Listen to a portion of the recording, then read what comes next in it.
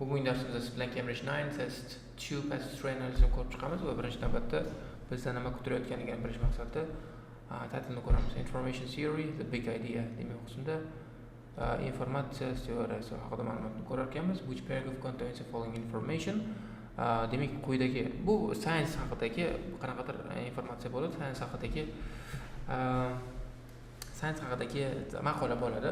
Which paragraph contains information? Quyidagi ma'lumotlarni qaysi paragraflarda berilganligini ko'rishimiz kerak. Bizda 6 ta ma'lumot bor. Demak 6 dan ko'proq bo'lar ekan paragraflar menimcha yoki 6 dan ko'proq. No more than 2 words, the Voyager 1 space probe. Demak shunda filling gap bo'lar ekan. No more than 2 words faqatgina 2 tadan so'zlashlar tushunishimiz kerak ekan.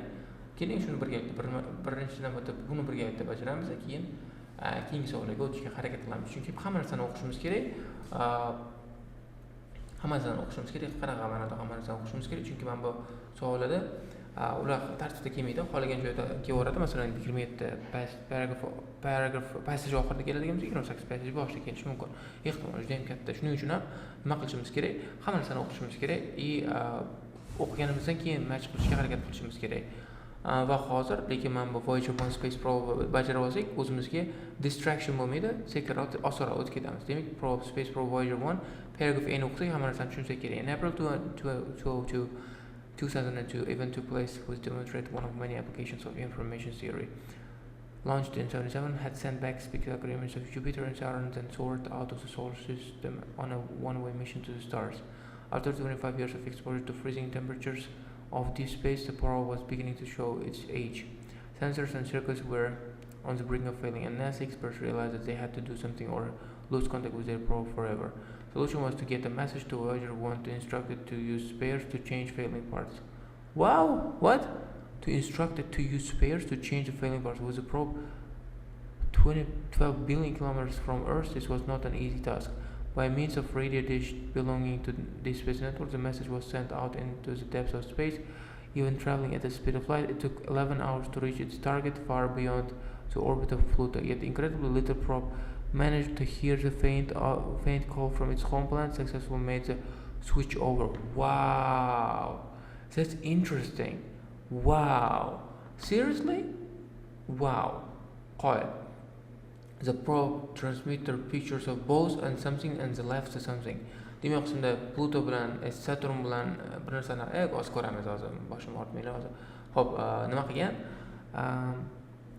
Qani, mana bu solar system, out of the solar system is Jupiter, Saturn bergan. Pictures of both Jupiter and Saturn, then left soared out degani left degani solar system degan. Left demak, bu qism solar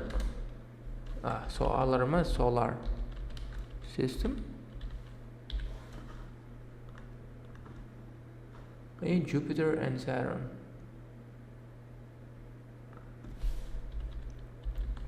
Jupiter and Saturn. Jupiter and Saturn bo'ladi. Xo'p, keyingisiga o'tamiz. Bu kerak emas. Scientists feared both and were about to stop working. Nima? About to stop working. Hop, failing parts. Sensors and circuits were on the brink of failing. Sensors and circuits. Sensors and circuits were about to stop working. The only hope was to tell the probe to replace them with spare parts. Use spares to change failing parts. With spares. Hamma javobimiz bitta paragrafda bo'lar ekan, yaxshi ekan. Was used to transmit the message. Was used. Radio dish was used.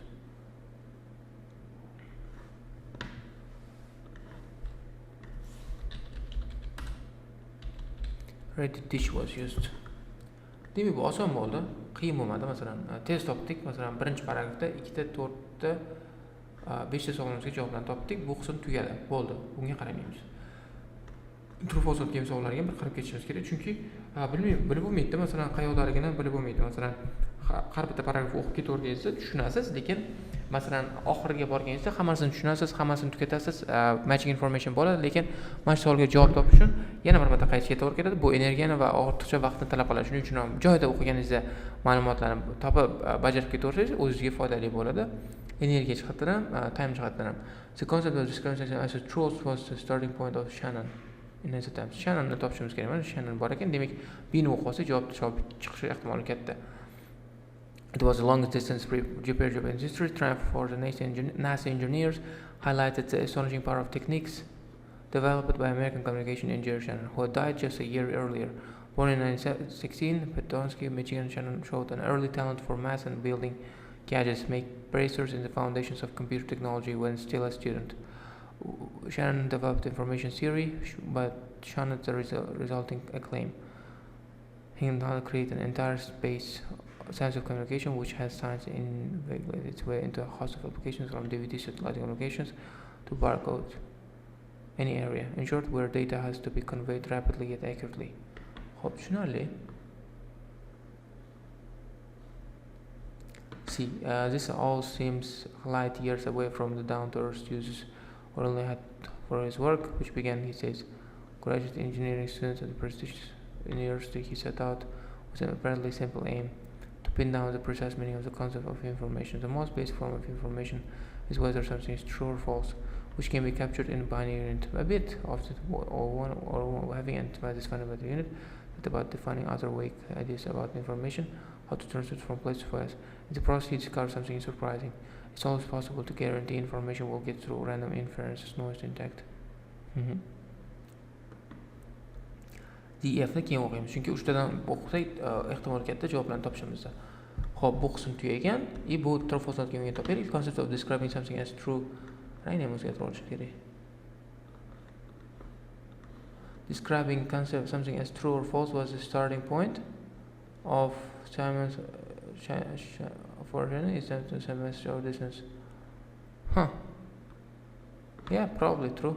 Chunki birinchi navbatda tushunib olish kerak bo'lgan true bo'ladi. Nimaga? Chunki shani tushunib olish kerak bo'lgan nima edi o'zi informatsiya? Xo'p, he set out with an apparent simple aim to pin down the precise meaning. Basic form in one of true or false. Demak, bunda shu informatsiyani jo'natish uchun birinchi navbatda nimaligini bilish kerak bo'lgan. Amount of information can be sent in a given time period is determined with reference to signal strength and noise level. Haqida ma'lumot o'qimadik. Keyingi qismda bo'lishi mumkin. Keling endi mana matching informationlarni qilib ko'ramiz. Explanation of the factors affecting transmission of information haqida ma'lumot yo'q. Example of how unnecessary information omitted haqida ma'lumot yo'q. Shannon's attitude to fame haqida ma'lumot bor. Mana shame attitude, mana shanned bir narsa bor haqida ma'lumot bor bu yerda. Shanned resulting acclaim. Develop information theory develop qilganda, lekin undan keyin keladigan acclaimlarni, naqalarni o'sha respectni bor deb menga kerak emas bu narsa degan B bo'ladi shuning uchun. Details of machine capable of interpreting incomplete information haqida ma'lumot yo'q. Detailed accounting for incident involving information no initial intent to achieve in the research haqida ma'lumot yo'q. Interesting. Xo'p, endi umuman ishlatmadik, C ni umuman ishlatmadik. Oh, mana a reference to what Shannon initial intent to achieve in his research. Mana he set out with an apparently simple aim. Mana simple aim bo'ladi. C bo'ladi. Xo'p, demak qolgan uchta javobda yo'q. A ham ishlatishimiz kerak. Chunki yo'qda nomordan twice degan ma'lumot yo'qda topamiz, muammo emas. D, E, F ni o'qib olaylik, E javoblarni topamiz. Rangni o'zgartirib olishimiz kerak shekilli. Ko'k ishlatsak. Xo'p, mana bu ma'lumotlar olinmagan. 4 ta. True was not given. Ikkita ma'lumot qoldi. 6 savolimiz qoldi. Noise usually means unwanted sounds which interfere with genuine information. Information theory generalizes the idea via theorems that capture effects of noise with mathematical precision. Showed that noise sets a limit on the rate at which information can pass along communication channels while remaining error-free. This rate depends on the relative strength of the signal and noise traveling down the communication channel, and on its capacity, bandwidth. Resulting limit given in units of bits per second is the absolute maximum rate of error-free communication given signal strength and noise level. The trick showed is to find a way of packaging up coding information to cope with ravages of noise, while staying within the information carrying capacity bandwidth of the communication system being used. The amount of information can be sent in a given time period is determined with reference to the signal strength and noise level. Bu true bo'ladi. Aslida yozilgan. Shu qismda ko'ringda. Relative strength of the signal noise level mana. Noise level. Mana signal strength yana bir marta keyin noise level yana bir marta keyin 2 marta kelgan bu javob. Xo'p, bu true bo'ladi yana bir marta. Nimagadir. Product have not been developed which can convey information then as possible. Bilmayman, ko'ramiz. Xo'p. Over the years, scientists have devised many such coding methods. They have proved crucial in many technological feats. Space code transfer data using codes which added one extra bit for every single bit of information. The result was an error rate of just 1 bit in 10,000, stunning clear pictures of planets. Oh, right, picture is also information, right? Other codes have become part of everyday life, such as universal product code or barcode, which use a simple error detecting system that ensures supermarket checkouts lasers can read the price of every on and say a crumpled bag of crepes. As recently as 1993, engineers made a major breakthrough by discovering so-called turbo codes, which come very close to Shannon's ultimate limit for the maximum rate, and data can be transmitted reliably now play a key role in the more mobile video phone revolution. O'zingiz ko'rganingizdek, turbo kodni o'qigan Shannonning ultimate levelga eng yaqin kelgan maximum rate'ga.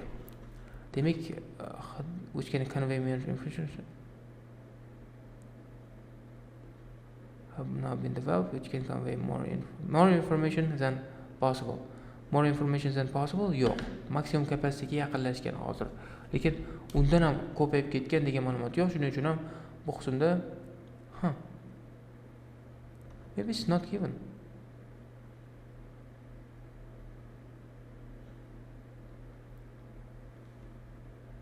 I don't know. Demak, true false oldim. 38 not given bo'lish ehtimoli bor, chunki men not given bo'lish mumkin. Bu not givensiz berilmagandir deb o'ylayman. Lekin imtihonda bo'lganda true olardim. Agar not given bo'ladigan bo'lsa, xafa bo'lmaysizlar, aytib kelib yurmaysizlar. Xatodir, mayli, hamma ham xato qiladi. Men ham adashdim. Adashgan bo'lishim mumkin. Shuning uchun ham bu qismni tugatamiz. Bundan oldingi qismni anchadan oldin tugatgandik, mana bu qismni hozir bajarishga harakat qilamiz. Shannon also lays the foundation for more efficient ways of storing information by stripping out superfluous bits from data which contribute little real information. Mobile phone text messages like I see and see you show it's often possible to leave out a lot of data without losing much meaning. I can see you. I can't see you. As with error correction, however, there's a limit beyond which means two images shows how to calculate this limit, opening way to design of compression methods that cram maximum information into the minimum space. Hope. Detailed account of incident involving information theory. Incident bo'larkan demak, Mambo Voyager 1 bo'lganda incident bo'larkan, chunki buzilib qolgan, o'shani ishlatishgan, to'g'rilashgan. Demak, ishlatdik, to'g'riladik. Details of machine capable of interpreting incomplete information.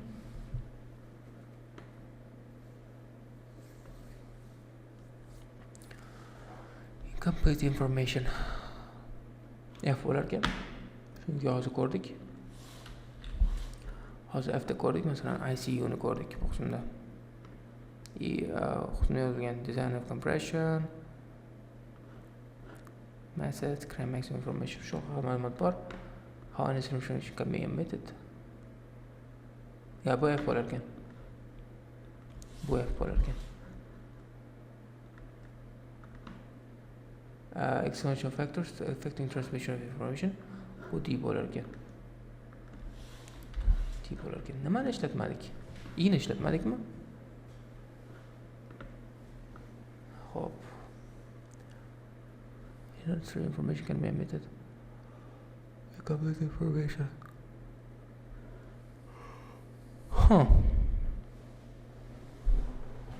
Mana, error detecting that ensures supermarket checkouts. Mana, universal product code demak I bo'larkan mana bu. Machine capable. Xo'p, mana bu yerda tushuntirishga harakat qilaman. Demak, bu qismdan mashina so'rashdi. Mashina bu qismdan product code deb belgiladim. Shu bilan hammaga tushunarli bo'ldi degan umiddaman. Agar muammolar bo'lgan bo'lsa, kommentlarda qoldirishingiz mumkin. Hammaga view uchun rahmat. See you in the next videos.